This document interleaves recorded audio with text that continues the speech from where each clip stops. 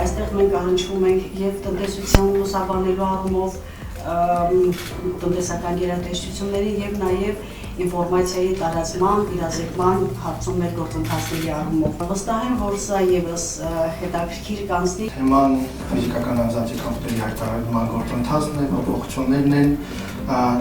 եւ փոփոխություններ, որոնք ըստ էության առանցքային նշանակություն ունեն հարկաբյուջետային քաղաքականության ոլորտում։ Սա նաեւ նախապայման է մեր ընդհանուր աշխատանքների իրականացման վերջին շրջանում հանրության հետ ակտիվ աշխատանքներ կատարելու։ Շատ կարևոր շրջադարձային փուլում ենք ֆիզիկական անձանց եկամուտների հայտարարման համակարգի ներդրման ճանապարհին։ Եկամուտների հայտարարման համակարգի հաջողության ամենամեծ երաշխիքներից մեկը է ճիշտ կոմունիկացիան ու ճիշտ իրազեկված պահելը մեր քաղաքացիներին։ Նպատակներից ոչ միայն չենք շեղվել, այլ անշեղորեն գնում ենք այն ի սկզբանե հայտարարված նպատակների կատարմանը։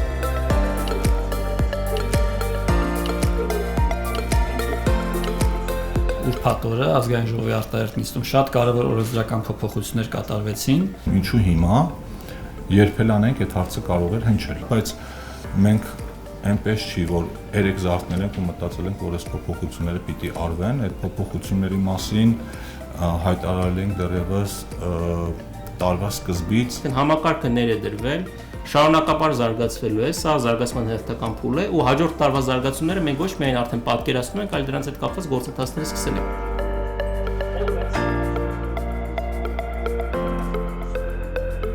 Շատ ժողովուրդների հատուկ հենց վերջնաժամկետի օրն են ուզում ամեն ինչ անեն ու դա ոչ միայն հայտարարման համակարգին է վերաբերում ոնց որ խոսում ենք, այլ մեր երամսյակային ամսական հաշվետվությունների ներկայացմանը եւս Արդեն 145,000 հայտարարագիր ունենք ներկայացված եւ վերջին օրերին այդ թիվը էականորեն աճում է։ Նախալրացում որպես այդպեսին, ով հայտարարագիր լրացրել է այս ընթացքում, իրենք կարող են ասել, այս պայն էլ է գործում։ Այն ինչ փոփոխություններ անում ենք, ընդհանրապես հետեւյալն է, որ ոչ թե նախալրացում ենք միայն անում, այլ նաեւ ինքնաշխատ ներկայացնում ենք ՊԵԿ։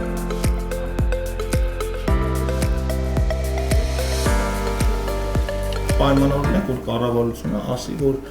վարկերն ու փոխհատուցումները հայտարարել պետք չի, այդ մասին դեռ որոշում չկա, բայց սա քաղաքական բանավոր հայտարարություն է։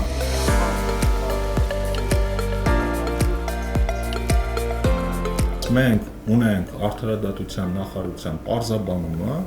որ նվիրատվության համար բավարար է, որ փոխանցման մեջ մարդ ուղղակի գրի անձնական փոխանցում կամ նվիրատվություն։ Ծոց ծախսը եկամտային հարկի հաշվին է փոխհատուցում, այսինքն ըստ էության եկամտային հարկն է վերադարձվում կատարած սոցիալական ծախսի հաշվին։ Օրինակ, այդ տարվա եկամտային հարկի գումարը ավելի մեծ է, քան իրեն վերադարձված հիպոթեքի մասով այդ ծրագրի շրջանակներում վերադարձված հարկի գումարները։ Տարբերության մասով կօգտվի նաև սոցիալական ծախսից։